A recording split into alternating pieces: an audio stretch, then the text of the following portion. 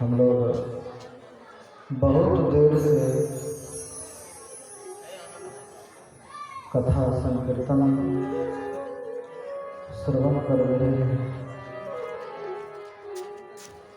आज पंचम दिवसीय कथा का अंतिम चरण चल रहा है। हम लोग बहुत तरह की बातें श्रवण की। कल की कथा में हम लोग श्रवण किए कि भरत जी राम जी से पादुका लेकर के नंदीग्राम में आकर के अपना निवास स्थल बनाए और वहीं से राज्य का संचालन होता है। इधर प्रभु को लगा कि चित्रकूट में रहेंगे तो अयोध्या से कोई न कोई आता रहेगा। भगवान वहाँ से आगे का रास्ता प्रारंभ किया है। वन में प्रभु तरह तरह के भांति के लीला करते हैं। प्रसंग आया है कि भगवान श्री राम भी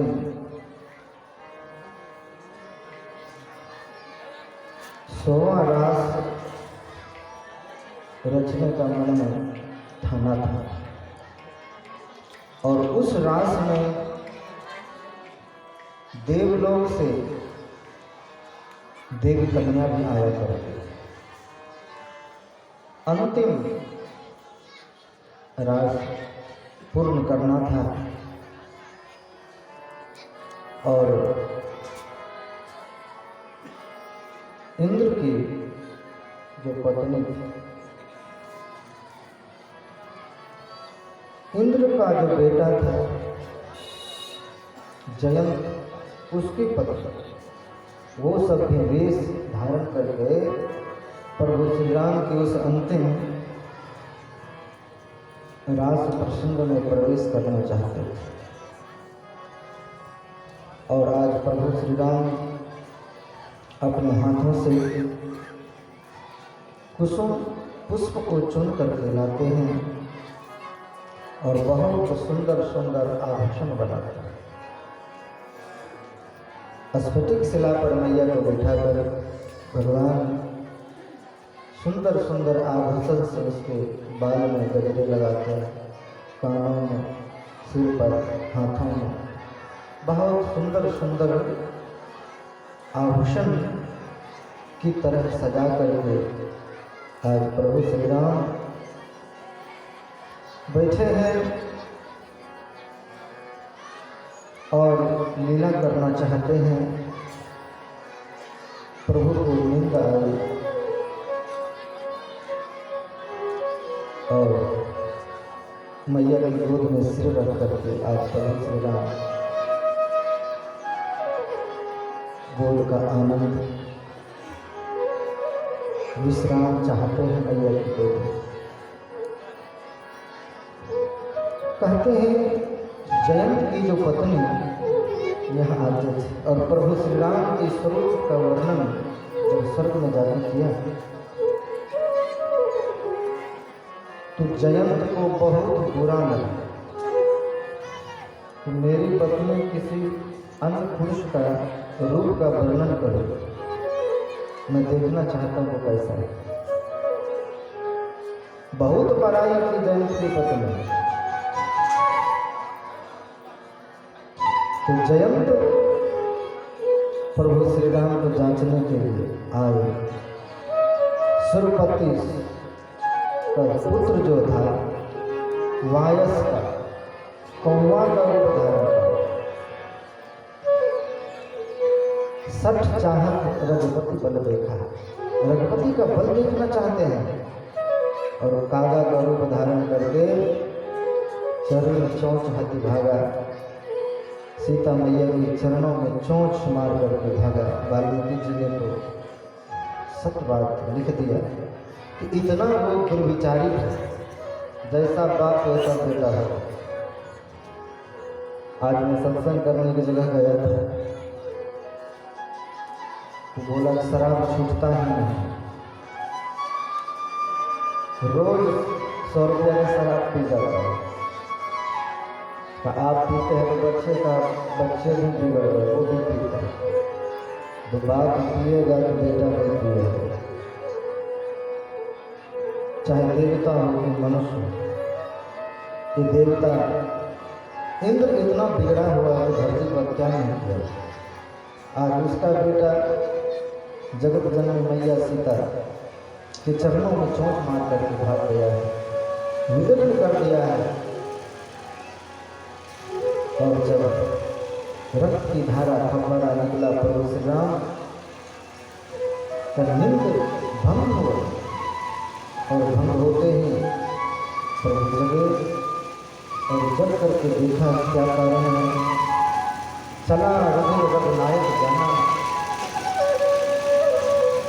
और जब जान गए सारी बातों को तो शीख पर बाण संधान करके छोड़ दिया, और छोड़ दिया प्रभु का कोई अपकार करे तो कोई तकलीफ की बात नहीं। प्रभु के शरणागत को कोई अगर नहीं करना चाहे तो इस ब्रह्मांड में उसको बचाने वाला कोई नहीं, कोई भी नहीं बचा सकता। मंत्र प्रेरित वह ब्रह्म सर्व ऐसे चला। तो अब भाग करके कहाँ जाए, भागा अपने स्वर्ग पिता के पास। पिता ने वहाँ से भागा, भगवान शिव के पास गया दौड़कर। भगवान शिव त्रिशूल लेके दौड़े तो मूर्ख, तो राम से दुश्मनी लेकर के मेरे पास आए, वो भी त्रिशूल लेके दौड़े। ब्रह्मा जी के पास गए, उसने भी भगा दिया। काबू बैठन कहा न ओही, राज को सके राम बन गई। राम के द्रोही को कौन रख सकता है? राम से द्रोह करने वाले के लिए माता मृत्यु के समान है, पिता साक्षात यमराज के समान है। उसके लिए सब कुछ विपरीत हो जाए। उसके लिए मित्र 100 शत्रु के बराबर है। और गंगा जल वैतरणी नदी के समान है। और सब जग अनलहते ताता, अग्नि से भी ज़्यादा दाहक उनके लिए पूरा संसार होगा। जो रघुवीर गुण सुनता, तो रघुवीर से दुश्मनी लेकर के विरुद्ध चल के विमुख होकर के किसी का भी कल्याण नहीं करता है। और अब तो कोई उसको शरण में रखने वाला नहीं मिला। आकाश में रोते हुए भटक रहा था इधर उधर, क्योंकि पीछे ब्रह्मसर लगा हुआ है। तो जब जीव सब तरफ से असहाय हो जाता है तो कौन उसकी रक्षा करेगा? परमात्मा से दुश्मनी अगर किसी ने ले लिया है तो सिर्फ संत ही वहाँ रक्षा कर सकते हैं। नारद देखा विकल जयंता, उस जयंत को विकल देखा, व्याकुल देखा कि कोई बचाने वाला नहीं है। रोका का ठहरो, का महाराज में ठहर नहीं सकता। क्यों? तो मेरे पीछे तीर लगा हुआ है। तुम ठहरो ना, मैं ठहरने के लिए कह रहा हूँ। कहा हम मर जाएंगे, ये तीर हमको मार डाले। तो अगर मारने का होता तो तुमको ये ब्रह्मलोक और स्वर्गलोक घूमने का भी मौका नहीं देता। क्या तुम ठहरो? क्या महाराज बताएं क्या करूँ अपना? कहा जिसका तुमने अनादर किया है उसी के पास जाओ और वही तुम्हारी रक्षा कर सकता है। कहा महाराज किस मुंह से जाऊं? क्योंकि मैंने बहुत बड़ा अपकार किया है। कहा जाओ, मैं तुमको भेजता, मेरे भेजे हुए का वो सम्मान करें। कहा जाओ, का पूछेंगे प्रभु क्यों आए। कहना, हे प्रभु मैं आपका बल देखने के लिए आया। आपके पास कितना बल है, आपका प्रभाव कैसा है। तो आपके प्रभाव से तीनों लोक में कोई बचाने वाला नहीं है। तो फिर पूछेगा, फिर यहाँ कैसे आ गए। तो कहना, हे प्रभु आपका प्रभाव तो देख लिया, अब आपका स्वभाव देखना है, आपका स्वभाव कैसा है। और नारद के सिखाए हुए वह जंत प्रभु श्री राम के पास जब जाते हैं, संत के आश्रय में गए हुए जीव का कल्याण हर हालत में भगवान करता है। लेकिन भगवान शिव कहते हैं, यद्यपि वह मूर्ख मार डालने योग्य था, लेकिन कहते हैं भवानी एक नयन कर सजा। भगवान ने एक आंख उसका फोड़ दिया, एक आंख से देखो संसार, दो आंख से देखने पर द्वैत होता है, और द्वैत ही दुख का कारण होता है।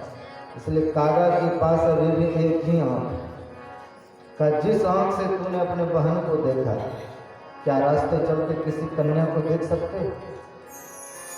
वैसा आंख चाहिए भक्तों। जिस आंख से अपने माँ को देखा, क्या उसी आंख से पराई स्त्री को देख सकते। अगर नहीं देख सकते हो तो इसमें कोई भी भक्त नहीं है, भक्ति का कोई लक्षण ही नहीं। वाल्मीकि जी ने प्रभु श्री राम से ये भी कहा कि जो दूसरे की स्त्री को माँ के समान समझे, हे राम उसके हृदय में जाकर करे। बहुत सारी बात बताए, ये भक्ति के लक्षण है। आपको पर स्त्री में माँ दिख जाए, पर धन ढेले के समान दिख जाए, ये सब बताया है। तो एक आंख से आज दिन के बाद देखना सबको, और एक नयन कर दिया भगवान ने, एक नयन उसको कर दिया। आज भी कौवा के पास, कागा के पास एक ही नयन है। और फिर प्रभु वहाँ से चलना चाहते हैं आगे की तरफ, और अत्रि ऋषि के यहाँ गए हैं। अत्रि ऋषि ने प्रभु का बहुत स्वागत सत्कार किया है। माता अनुसुईया ने सिया जी को पतिव्रत धर्म का उपदेश दिया है। इस संसार में स्त्रियों के लिए पातिव्रत धर्म सबसे बड़ी बात है।